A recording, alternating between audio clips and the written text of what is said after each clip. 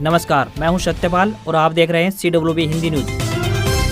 शक संवत 1947 विक्रम संवत 2082 आज फाल्गुन मास के शुक्ल पक्ष की अष्टमी तिथि और दिन मंगलवार है।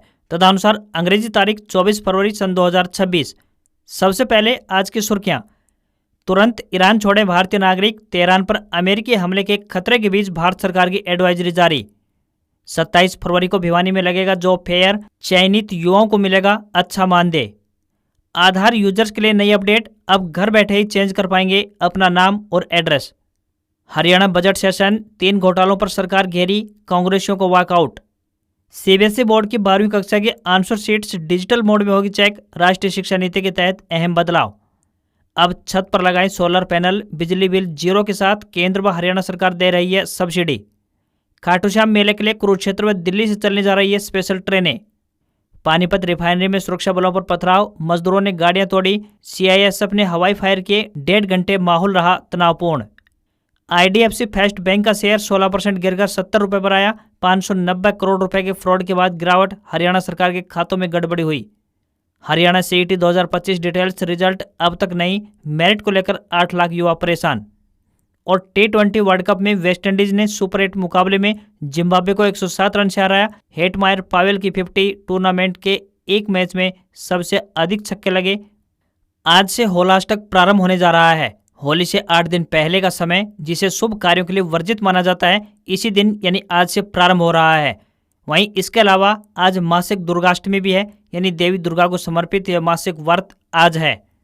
और अब खबरें विस्तार से। हरियाणा में मौसम शुष्क बना हुआ है। सुबह की शुरुआत गुलाबी ठंड से होती है, लेकिन दिन में तेज चमचमाती धूप से गर्मी का एहसास हो रहा है। रातें ठंडी भरी होती हैं, तो इस खट्टी मीठी ठंड से वायरल बीमारियों जैसे खांसी, जुकाम, बुखार, डायरिया, इन्फेक्शन का खतरा भी बढ़ रहा है। ऐसे में जरूरी है कि अपनी सेहत का विशेष ध्यान रखें। अगर तापमान की बात करें तो राज्य में अधिकतम तापमान 25 डिग्री सेल्सियस से अधिक दर्ज किया गया है। फरवरी के अंतिम दिनों और मार्च महीने की शुरुआत में हरियाणा, NCR व दिल्ली में तापमान में एक साथ बढ़ोतरी देखने को मिलेगी, जिससे कि आमजन को गर्मी का एहसास होगा। इससे स्थिति यही बनेगी कि समय से पहले गर्मी देखने को मिलने की संभावना है। वहीं हरियाणा के कुछ हिस्सों में सोमवार दोपहर को अचानक मौसम में बदलाव आया। दक्षिण हरियाणा के नारौल में बारिश के साथ ओलावृष्टि भी हुई है। दताड़, अमरपुरा, निजामपुर, धौलेड़ा और नांगल सालू में अच्छी बारिश हुई है, जिससे यह मौसम ठंडा हो गया। राज्य में मौसम आमतौर पर 28 फरवरी तक खुश्क रहने की संभावना जताई गई है।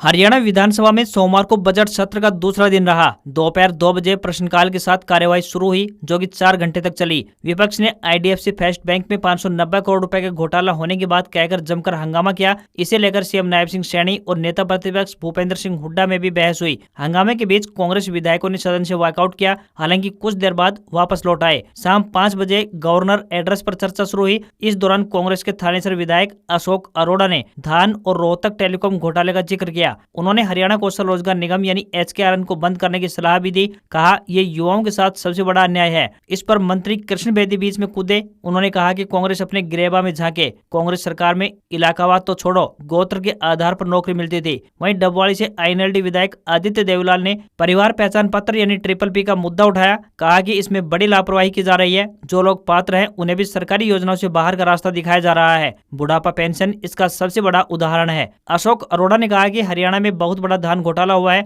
करनाल व यमुनानगर में कुछ अधिकारी गिरफ्तार भी हुए हैं। साथ ही केंद्र सरकार ने पंजाब में धान घोटाले की जांच के आदेश तो दिए हैं। कहा कि 10,000 करोड़ का घोटाला हुआ है, जांच होनी चाहिए। वहीं हरियाणा के साथ दोहरा मानदंड अपनाया गया। यहाँ जांच क्यों नहीं की जा रही है? यहाँ भी धान घोटाले की जांच CBI से करवानी चाहिए। यह ऐसा घोटाला है जिसमें राजनेता तक शामिल है। बिहार से चावल आ रहा है, वहीं मेरी फसल मेरा ब्यौरा में फर्जी रजिस्ट्रेशन हो रहा है। जिन किसानों का नुकसान हुआ है उन्हें मुआवजा मिलना चाहिए। पानीपत रिफाइनरी में सोमवार को मजदूरों ने अर्धसैनिक बलों पर पथराव किया। मजदूर ओवरटाइम, अधिकारियों के दुर्व्यवहार समेत कई अन्य मांगों को लेकर प्रदर्शन कर रहे थे। वहां मौजूद सुरक्षा बलों ने उनसे शांतिपूर्वक धरना प्रदर्शन करने की बात कही। इसके बाद मजदूर लाठी डंडों से लैस होकर आगे बढ़ने लगे। कुछ मजदूरों ने पथराव किया और निर्माणाधीन प्रोजेक्ट के पास खड़ी कई गाड़ियों को पलट दिया। वहां 10 से अधिक गाड़ियों में तोड़फोड़ की गई, जिससे कि माहौल और अधिक तनावपूर्ण हो गया। CISF अधिकारियों ने 2 हवाई फायर भी किए। घटना से जुड़े कई वीडियो सोशल मीडिया प्लेटफॉर्म्स पर सामने आ रहे हैं। पुलिस और सुरक्षा बल ने मिलकर माहौल को शांत करने की कोशिश की। करीब 1.5 घंटे बाद मामला शांत होता हुआ दिखाई दिया। रिफाइनरी के अंदर कई प्रोजेक्ट्स पर काम चल रहा है। यहाँ ठेकेदारों के अंतर्गत लगभग 35 से 40 हजार मजदूर अलग अलग साइटों पर काम कर रहे हैं। सोमवार को सभी मजदूरों ने प्रदर्शन करने का ऐलान किया था। आरोप है कि दोपहर करीब 1 बजे रिफाइनरी में सुरक्षा में तैनात सीआईएसएफ कर्मचारियों और मजदूरों के बीच कहासुनी हो गई, जिसके बाद मजदूर भड़क गए। साथ ही मजदूरों के पदाधिकारियों से बात की गई है। उन्होंने अपनी मांगे लिख करके लिखित रूप में दी हैं। अभी माहौल शांतिपूर्वक है। हरियाणा में ग्रुप सी और ग्रुप डी की सरकारी नौकरियों के लिए सीईटी अनिवार्य किया गया है। ग्रुप सी के लिए सीईटी आयोजित हो चुका है तथा आगे की प्रक्रिया प्रारंभ हो चुकी है। हरियाणा में ग्रुप सी की भर्ती प्रक्रिया शुरू हो चुकी है, जिसके तहत हरियाणा कर्मचारी चयन आयोग द्वारा विभिन्न पदों के लिए आवेदन मांगे गए हैं। अभी तक अभ्यर्थियों को यह नहीं पता है कि वे मेरिट में किस स्थान पर खड़े हैं। अभी तक डिटेल्ड रिजल्ट जारी नहीं किया गया है। लगभग 2.5 महीने बीत जाने के बाद भी युवाओं को नहीं पता कि मेरिट में उनसे ऊपर और उनसे नीचे कितने उम्मीदवार हैं। यह इसलिए भी जरूरी है ताकि उम्मीदवार इस अनुसार अपनी तैयारी कर सकें। सीईटी का विस्तृत परिणाम जारी नहीं करना कानूनी रूप से भी रिस्की है। ऐसा इसलिए क्योंकि हाईकोर्ट ने 2017 और 2019 की भर्तियों में साफ आदेश दिए थे कि चयन प्रक्रिया का पूरा विवरण पब्लिक डोमेन में होना चाहिए। अगर हरियाणा कर्मचारी चयन आयोग इसे सार्वजनिक नहीं करता है तो कोई भी अभ्यर्थी इसे लेकर कोर्ट जा सकता है, जिससे पूरी भर्ती प्रक्रिया पर स्टे लगने का खतरा दिख रहा है। ऐसे में इससे और अधिक समस्याएं बढ़ सकती हैं। अगर आप बेरोजगार हैं और अपने लिए नौकरी की तलाश कर रहे हैं तो ये आज की खबर आपके लिए काम की हो सकती है। आपको बता दें कि जल्दी ही एक रोजगार मेले का आयोजन होने जा रहा है। आप इस जॉब फेयर में हिस्सा ले सकते हैं और अपने लिए रोजगार तलाश कर सकते हैं। ये रोजगार मेला आने वाली 27 फरवरी को आयोजित होगा। जिले के राजकीय औद्योगिक प्रशिक्षण संस्थान में यानी भिवानी में 27 फरवरी को सुबह 9 बजे ये रोजगार मेला आयोजित होने जा रहा है। इसमें electrician, fitter, electronic mechanic, machinist, mechanic motor vehicle, mechanic tractor, technician power electronic system, turner, wireman, foundry man, sheet metal worker, COPA, steno, Hindi steno, English, plumber आदि व्यवसायों के लिए छात्रों का चयन किया जाएगा। ऐसे में अगर आप भी आईटीआई पास हैं और नौकरी की तलाश कर रहे हैं तो इस मेले में शामिल हो सकते हैं। इस रोजगार मेले में चौधरी बंसीलाल यूनिवर्सिटी, यूएनओ मिंडारिका, फरुखनगर, मानेसर, गुरुग्राम हिस्सा लेने पहुंच रही है। चयनित युवाओं को 9,600 रुपए से लेकर 17,400 रुपए तक का मानदेय प्रदान किया जाएगा। ऐसे में बेरोजगार युवाओं के पास रोजगार पाने का ये सुनहरा मौका है। ज्यादा से ज्यादा युवा इस मेले में शामिल हो सकते हैं और अपने लिए रोजगार के अवसर सुनिश्चित कर सकते हैं। हरियाणा सरकार की प्रोत्साहन नीति की बदौलत आज प्रदेश के किसान परंपरागत खेती का मोह त्याग कर बागवानी और ऑर्गेनिक खेती की तरफ बढ़ रहे हैं। इसी कड़ी में फरीदाबाद जिले के गांव डेग निवासी किसान पन्ना आजकल हाइब्रिड खीरे की खेती से चौतरफा सुर्खियों में बने हुए हैं। पन्ना ने बताया कि यह वैरायटी टॉप क्लास है और बाजार में ऊंचे भाव पर बिक्री हो जाती है। हाइब्रिड खीरे की खेती की तैयारियों को लेकर पन्ना ने बताया कि पहले एक बार कल्टीवेटर लगाते हैं और फिर रोटावेटर से मिट्टी को 2 से 3 बार बढ़िया तरीके से तैयार किया जाता है। उसके बाद लाइन बनाकर एक फीट की दूरी पर 2-2 बीज डाले जाते हैं। इसके बाद कुछ ही दिनों में पूरा खेत बेलों से भर जाता है। उन्होंने बताया कि हाइब्रिड बीज महंगा अवश्य पड़ता है, लेकिन उत्तम क्वालिटी और बम्पर पैदावार से पूरा खर्च निकालने के साथ साथ अच्छी आमदनी भी हो जाती है। उन्होंने बताया कि 1 एकड़ जमीन पर हाइब्रिड खीरे की खेती पर खाद, बीज, कीटनाशक दवाओं आदि को मिलाकर लगभग 35,000 रुपए का खर्च आ जाता है, परंतु एक सीजन में 2.5 से 3 लाख रुपए की फसल निकल जाती है। गर्मी के मौसम में हर तीसरे या चौथे दिन सिंचाई करनी पड़ती है। यदि फसल में कीड़ा या अन्य रोग आ जाए तो समय पर देखभाल अवश्य करनी पड़ती है। साथ ही कीटनाशक दवाओं का छिड़काव करना भी पड़ता है, वरना पूरी बेल बर्बाद हो जाती है। हाइब्रिड खेती में देखभाल थोड़ी अधिक करनी पड़ती है। उन्होंने अन्य किसानों से भी परंपरागत खेती का मोह त्यागने की सलाह देते हुए बागवानी और ऑर्गेनिक खेती करने की बात कही है, ताकि कम लागत में अधिक मुनाफा कमाया जा सके। केंद्रीय माध्यमिक शिक्षा बोर्ड यानी सीबीएसई की तरफ से राष्ट्रीय शिक्षा नीति के तहत एक अहम बदलाव किया गया है। अब 12वीं बोर्ड परीक्षा की आंसर शीट्स की जांच प्रारंभिक फिजिकल मोड की अपेक्षा डिजिटल माध्यम से की जाएगी। ऐसा पहली बार होने जा रहा है जब आंसर शीट की जांच ऑन स्क्रीन मार्किंग के जरिए की जाएगी। इस नई व्यवस्था के तहत आंसर शीट्स को स्कैन कर परीक्षकों को कंप्यूटर स्क्रीन पर मुहैया करवाया जाएगा। वहीं शिक्षक निर्धारित मार्किंग स्कीम के आधार पर ऑन स्क्रीन माध्यम से उत्तरों का मूल्यांकन कर पाएंगे। यह प्रक्रिया चरणबद्ध तरीके से लागू होगी। मूल्यांकन के दौरान सही स्टेप्स और कीवर्ड्स के आधार पर अंक दिए जाएंगे, जिससे विद्यार्थियों को स्टेप बाय स्टेप मार्किंग का पूरा बेनिफिट दिया जाएगा। इससे न सिर्फ मार्किंग की सटीकता बढ़ेगी, बल्कि अलग अलग शिक्षकों द्वारा एक ही उत्तर पर अलग अलग अंक देने की संभावना भी कम हो जाएगी। अक्सर आपने देखा होगा कि अलग अलग शिक्षक एक ही उत्तर पर अलग अलग अंक दे देते हैं। ऐसे में डिजिटल माध्यम से मार्किंग होने पर यह संभावना बहुत कम हो जाएगी। इस बदलाव से मार्किंग और भी अधिक सटीक होगी।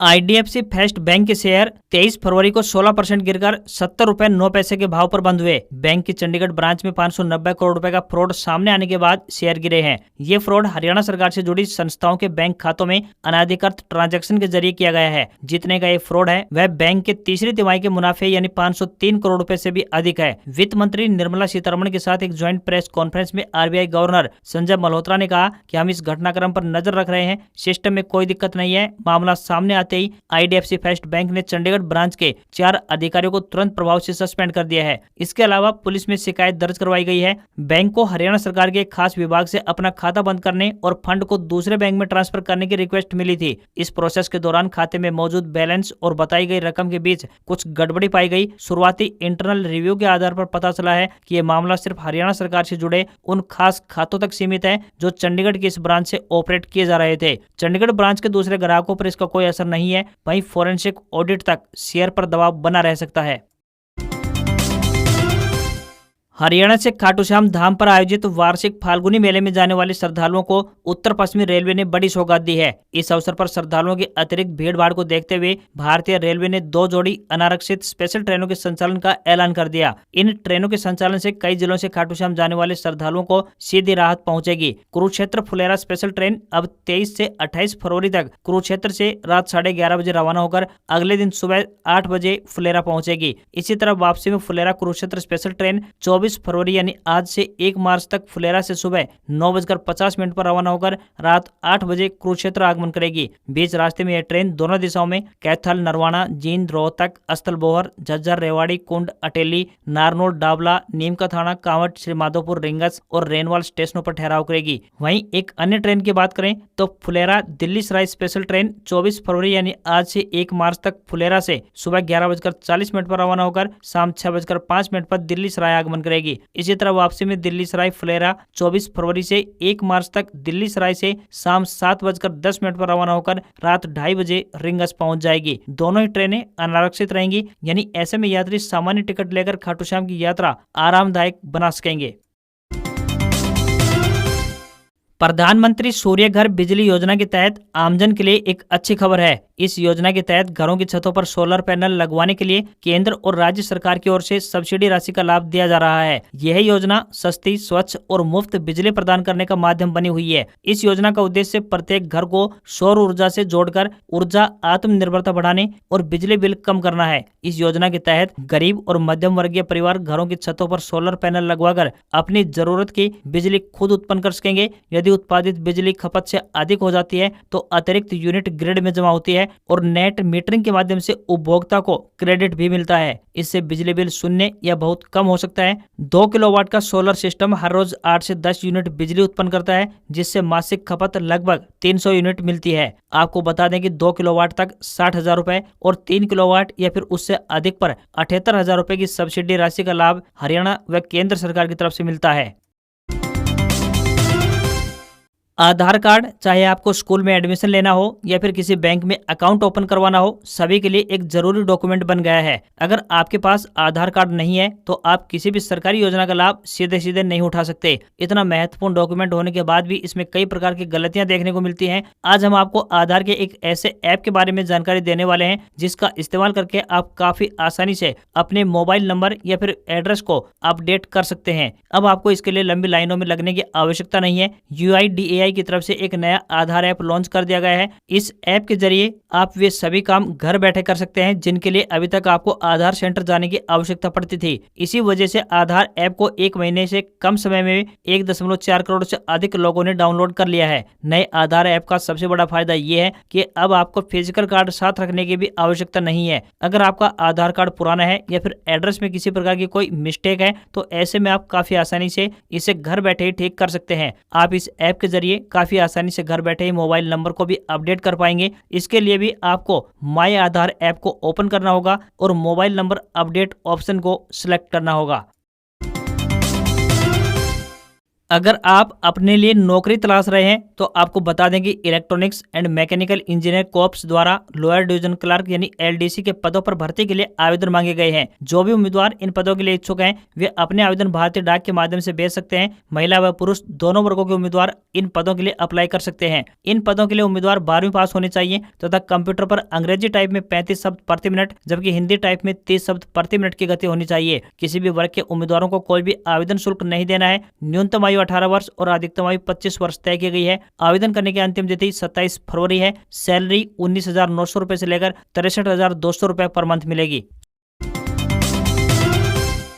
वेस्टइंडीज ने T20 वर्ल्ड कप के चौथे सुपर 8 मैच में जिम्बाब्वे को 107 रन के बड़े अंतर से हरा दिया है। वानखेड़े स्टेडियम में जिम्बाब्वे ने टॉस जीतकर गेंदबाजी चुनी। वेस्टइंडीज ने 20 ओवर में 6 विकेट के नुकसान पर 254 रन बना दिए। 255 रन का टारगेट चेज कर रही जिम्बाब्वे 17.4 ओवर में 147 रन बनाकर ऑल आउट हो गई। जिम्बाब्वे की ओर से डायन मायर्स ने 28 रन बनाए। वे टीम के टॉप स्कोरर भी रहे। कप्तान सिकंदर राजा ने 27 रन का योगदान दिया तो वहीं वेस्टइंडीज के लिए सिमरोन हेटमायर और रोमैन पावेल ने 50 लगाई। हेटमायर ने 34 बॉल पर 85 रन बनाए। इस पारी में 7 चौके और 7 छक्के शामिल रहे। उन्होंने 19 बॉल पर 50 लगाई। वहीं रोमैन पावेल ने 35 बॉल पर 59 रनों का योगदान दिया। उन्होंने 4 चौके और 4 छक्के लगाए। वेस्टइंडीज की बड़ी जीत से भारतीय टीम की मुश्किलें बढ़ गई हैं। अब उसे अपने दोनों मुकाबले बड़े अंतर से जीतने ही होंगे। इस मौजूदा स्थिति में वेस्टइंडीज 2 अंक के साथ पॉइंट्स टेबल के टॉप पर है। इतने ही अंक के साथ साउथ अफ्रीका दूसरे नंबर पर है क्योंकि वेस्टइंडीज का नेट रन रेट सबसे अधिक है। भारतीय टीम तीसरे और जिम्बाब्वे चौथे नंबर पर है। ईरान पर मंडरा रहे अमेरिकी हमले के खतरे के बीच भारत सरकार ने ईरान में रह रहे अपने नागरिकों के लिए एडवाइजरी जारी की है। सरकार ने नागरिकों को सलाह दी है कि वे वाणिज्यिक उड़ानों सहित उपलब्ध परिवहन साधनों का उपयोग करके तुरंत ईरान छोड़ दें। सोमवार को तेहरान स्थित भारतीय दूतावास ने ईरान में रह रहे अपने नागरिकों के लिए ये एडवाइजरी जारी करते हुए कहा कि ईरान में मौजूद भारतीय नागरिकों यानी छात्रों, तीर्थयात्रियों, व्यापारियों और पर्यटकों को वाणिज्यिक उड़ानों समेत उपलब्ध अन्य साधनों का उपयोग करके ईरान छोड़ने की सलाह दी जाती है। ईरान में रह रहे भारतीय नागरिक दूतावास से संपर्क में रहें और किसी भी घटनाक्रम के लिए स्थानीय मीडिया पर नजर बनाए रखें। ईरान में मौजूद सभी भारतीय नागरिक ट्रैवल और इमिग्रेशन कागजात अपने साथ तैयार रखें। पासपोर्ट या इमिग्रेशन से संबंधित किसी भी सहायता के लिए भारतीय दूतावास से तुरंत संपर्क करें। बता दें कि अमेरिका और ईरान के बीच जेनेवा में अगले राउंड की बैठक होने वाली है। हालांकि बातचीत कितनी सफल होती है ये देखना होगा, लेकिन ट्रंप बातचीत फेल होने पर अमेरिकी कार्रवाई के विकल्पों के बारे में सोच रहे हैं। एनवाईटी की रिपोर्ट के मुताबिक ईरान पर हमले में जिन टारगेट पर विचार किया जा रहा है उनमें ईरान के इस्लामिक रेवोल्यूशनरी गार्ड कॉर्प्स के हेडक्वार्टर से लेकर न्यूक्लियर और बैलिस्टिक मिसाइल फैसिलिटी तक शामिल है। भारतीय शेयर बाजार में सेंसेक्स में तेजी देखने को मिली और ये 480 अंक चढ़कर 83,295 के लेवल पर बंद हुआ। निफ्टी में भी 142 अंकों की तेजी रही और ये 25,713 के स्तर पर बंद हुआ। ऑटो और बैंकों के शेयरों में खरीदारी रही। वहीं आईडीएफसी फर्स्ट बैंक के शेयर 16% गिरकर 70 रुपए 9 पैसे के स्तर पर पहुंच गए हैं। चंडीगढ़ की एक ब्रांच में करीब 590 करोड़ रुपए का फर्जीवाड़ा सामने आया है, जिसके कारण ये शेयर गिरे हैं। वहीं सोने चांदी के दाम में तेजी है। 10 ग्राम 24 कैरेट सोने का भाव 3,154 रुपए बढ़कर 1,58,220 रुपए पर पहुंच गया है। वहीं 1 किलोग्राम चांदी की कीमत 13,761 रुपए बढ़कर 2,64,075 रुपए पर आ गई है। एक्सपर्ट के अनुसार आने वाले दिनों में सोने व चांदी की कीमतें और बढ़ सकती हैं। वहीं 22 कैरेट सोने का दाम 1,44,930 रुपए प्रति 10 ग्राम के स्तर पर पहुंच गया है। आज खबरों में बस इतना ही। देखते रहिए आपका अपना हरियाणा का सबसे बेहतरीन news channel CWB Hindi news. नमस्कार। इसी आशा के साथ आपका दिन शुभ रहे।